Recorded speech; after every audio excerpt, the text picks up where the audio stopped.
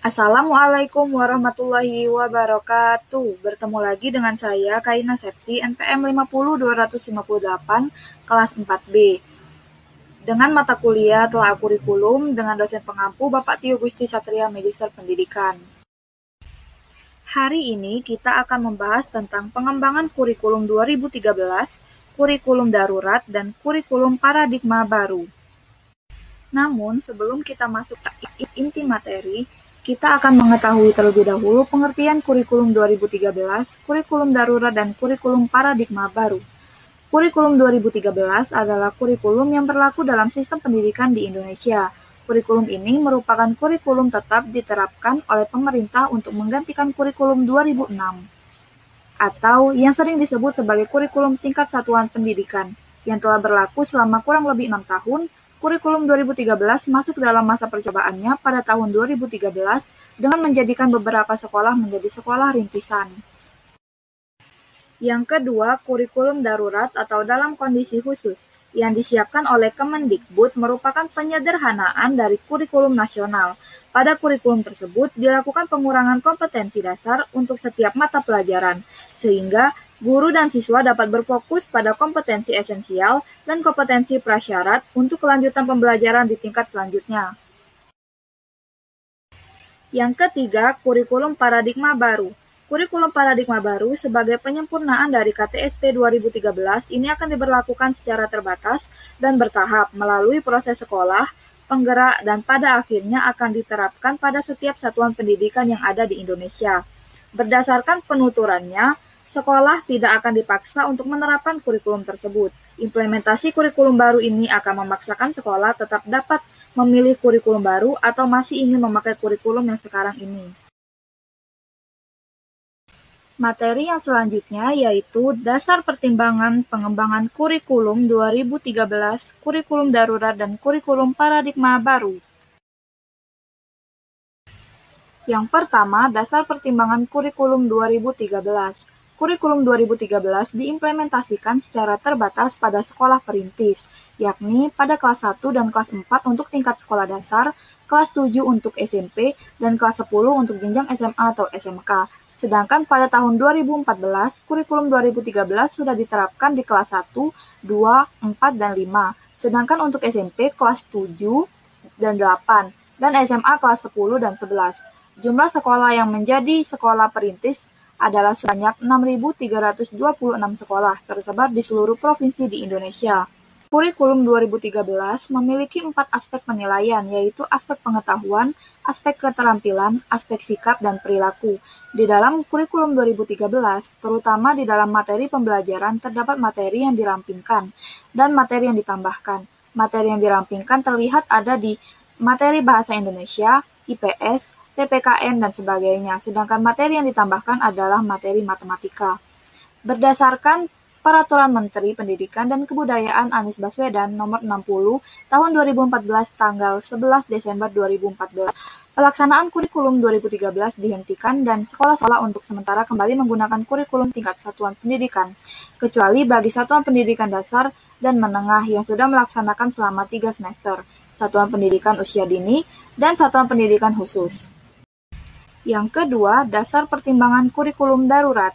Kemendikbud menyediakan modul-modul pembelajaran untuk pendidikan anak usia dini atau PAUD dan sekolah dasar yang diharapkan dapat membantu proses belajar dari rumah dengan mencakup uraian pembelajaran berbasis aktivitas untuk guru, orang tua, dan peserta didik.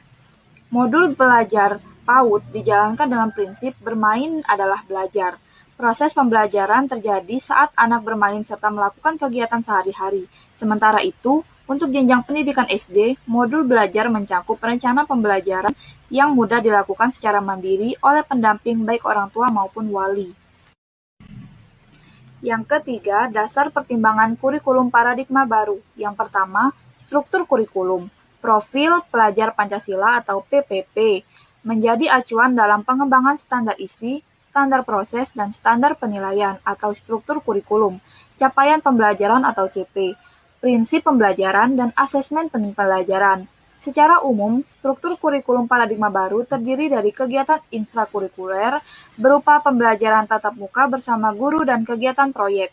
Yang kedua, hal yang menarik dari kurikulum paradigma baru yaitu jika pada KTSP 2013 kita mengenal istilah KI dan KD, yaitu kompetensi yang harus dicapai oleh siswa setelah melalui proses pembelajaran, maka pada kurikulum paradigma baru kita akan berkenalan dengan istilah baru yaitu capaian pembelajaran atau CP, yang merupakan kerangkaian pengetahuan, keterampilan, dan sikap sebagai satu kesatuan proses yang berkelanjutan, sehingga membangun kompetensi yang utuh.